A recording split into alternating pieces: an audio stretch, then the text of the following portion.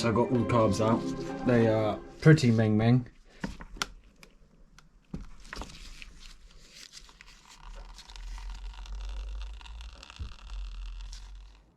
So I've given them all a scrub and a clean. So I'm just going to blast them off. This is just brake cleaner in there.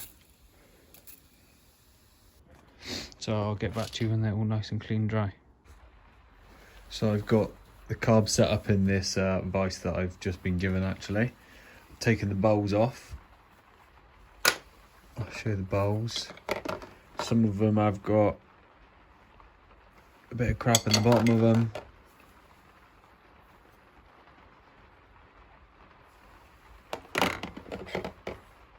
This one, which is number 3, it's actually got a bit of something in the bottom there. Again, that's just the normal deposits. As you can see straight away, you'll straight away notice that this one's number 3. And it's got some black crap there, which I'm going to investigate and see if there's more stuff in it. Some people might have not seen the inside of carbs. This is what inside carbs look like. These are your floats. And they literally float in fuel. And when you move the float up, the float goes up and down. Obviously these carbs are upside down. It moves this float needle.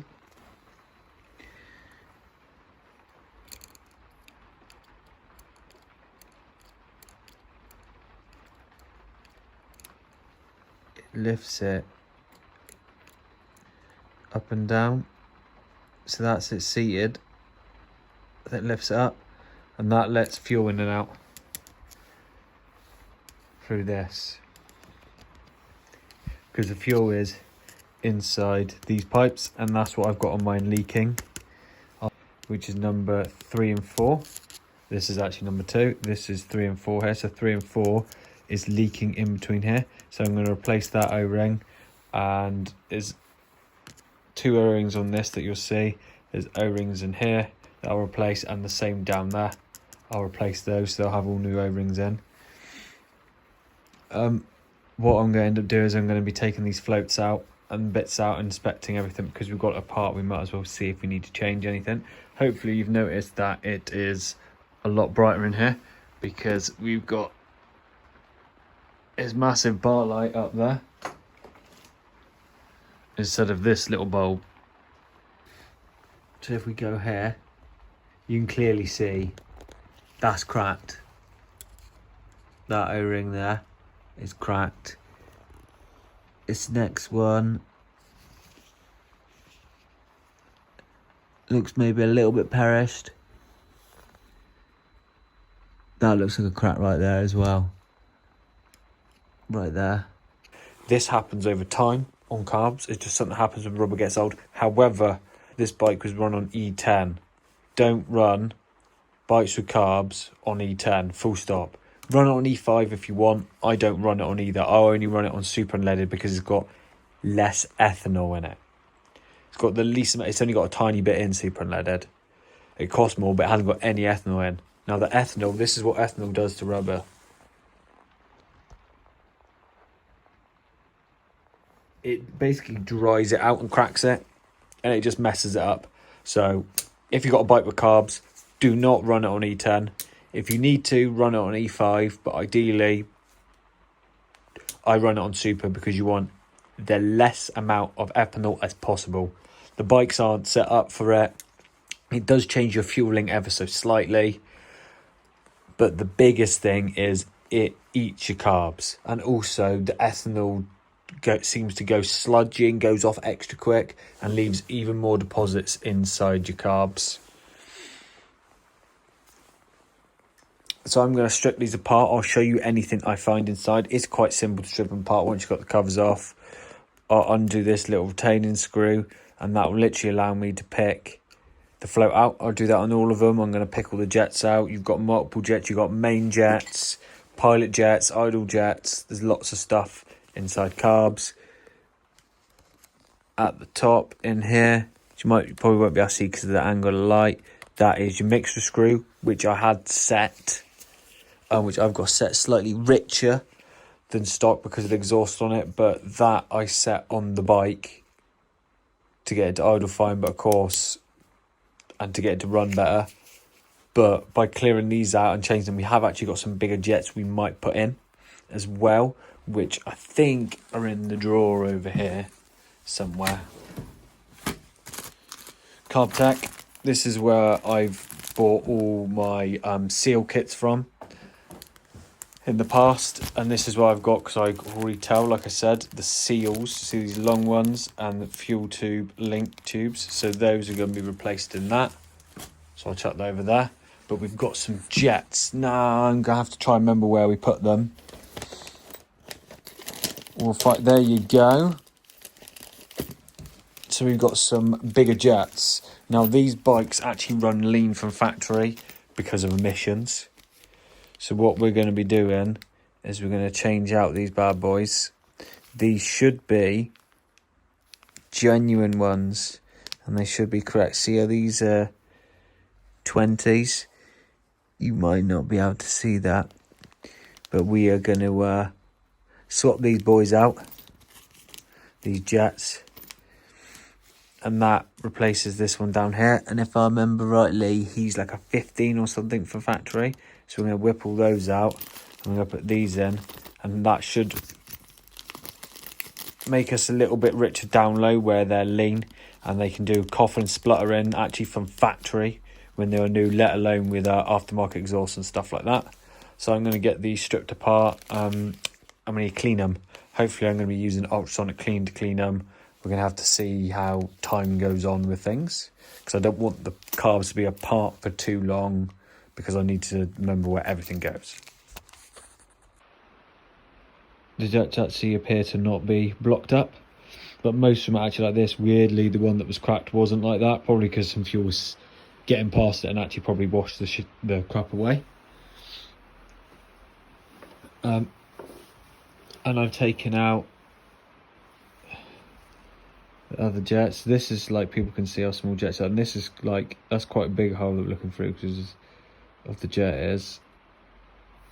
So what I'm gonna replace is these bad boys. As you can see, obviously they got quite big holes on the side, but you can see the dirt on it. Look, it's like fucking black. Look at the sludge set on the threads on it. So this is, I don't know if you'll be able to tell, it's a 15. So I'm literally just replacing these 15s with some brand new, and these are genuine, not from Suzuki, but these are genuine parts for the carbs, and these are a 20, so only slightly bigger, and it's to stop the lean sneezing and bottom end that these bikes have got, like I said, from factory. So for the people that don't know about carbs, I've undone this screw. It's basically like a retaining screw, like a clamping screw, and that actually holds that pin in place. And with that pin not holding it down, I can pick it out, and that there is what controls your fuel getting in. So it seals up, it seals into this machined brass hole. As you can see, it's shaped in there, and this is shaped, and it seals into it, and that's what stops the fuel getting in, and then it lifts and pulls away from it and it lets fuel in. These have got all set heights from factory, so they will be heights that I'll be checking. I'm going to check over them to make sure that the end of the seals are okay and that they haven't gone out as well.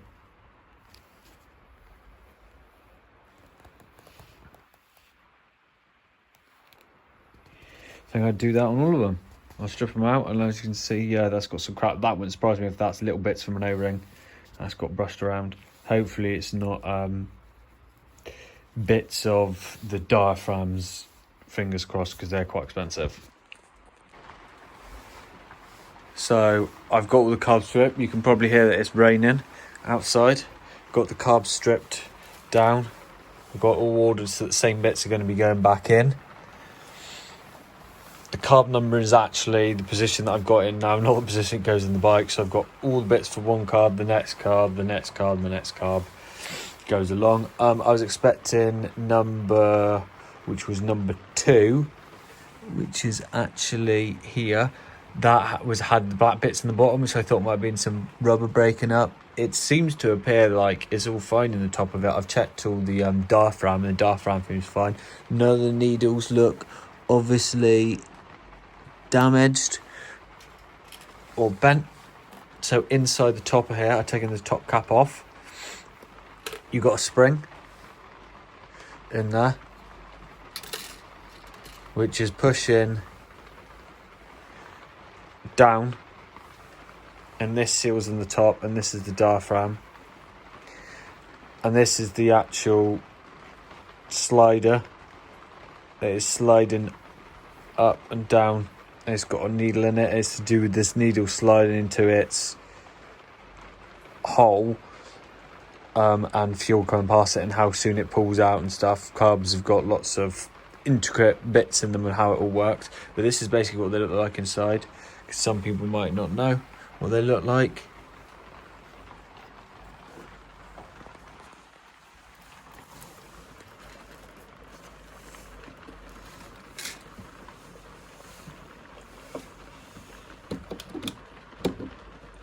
So you can see inside there.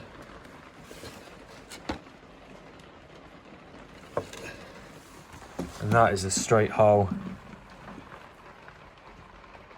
up here.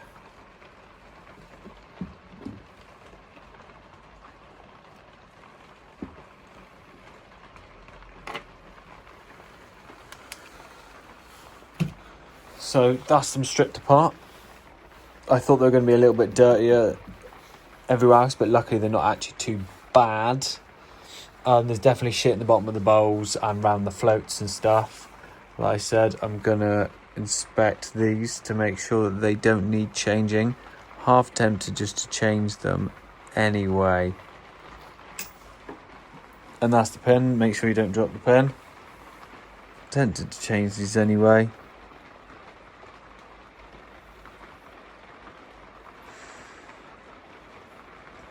And potentially keep these as spares. Like I said, there's all height to be setting this all at, and it's all fun and games.